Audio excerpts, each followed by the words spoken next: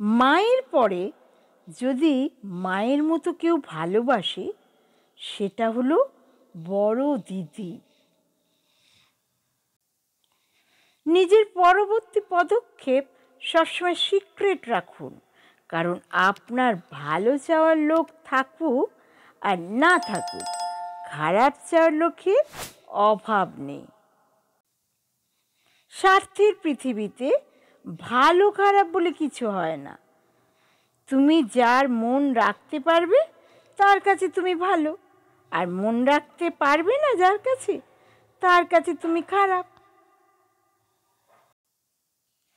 একটা সম্পর্ককে সুন্দর করে গড়ে তুলতে পরস্পরের ত্যাগ, শ্রম আর ধৈর্যের প্রয়োজন হয়, কিন্তু একটা সুন্দর সম্পর্ককে নষ্ট করতে সামান্য একটা অজুহাত কিংবা অবহেলা যথেষ্ট।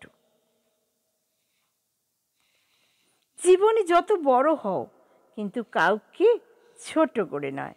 জীবনে হাসো, কাউকে কাঁদিয়ে নয়। পৃথিবীর সবচেয়ে ভয়ঙ্কর প্রাণী হলো মানুষ। নিজের স্বার্থ পূরণের জন্য সব কিছু করতে পারে। তুমি নিজের জন্য যা করবে সেটা তোমার সাথেই চলে যাবে, আর তুমি অন্যের জন্য যা করবে সেটা সকলের মনে রয়ে যাবে। একজনের সহযোগিতায় অন্য একজনের বেঁচে থাকার অনুপ্রেরণা যোগায়, তাই অন্যজনের ক্ষতির কথা চিন্তা না করে কিভাবে উপকার করা যায় সেই নিয়েই ভাবা উচিত।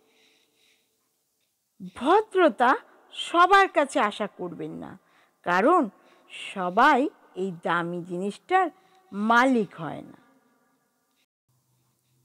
কার বাবা পেশায় কি সেটা বড় কথা নয়, তিনি যে একজন বাবা এটাই বড় কথা।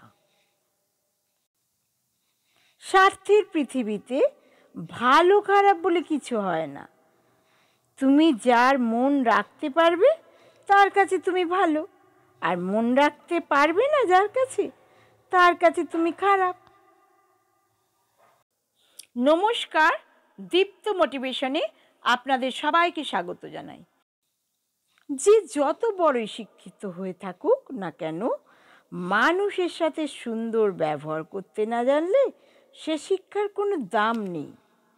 জীবনে জয়ী হও, কিন্তু কাউকে ঠকিয়ে নয়। জীবনে সুখী হও, কিন্তু কাউকে কষ্ট দিয়ে নয়। দুই ধরনের মানুষের সংস্পর্শে কখনো যাওয়া উচিত নয়। 1 নম্বর স্বার্থপর, আর 2 নম্বর মিথ্যেবাদী। দানে কখনো সম্পদ কমে না, ক্ষমায় কখনো ক্ষমতা কমে না, নম্রতায় কখনো মর্যাদা কমে না।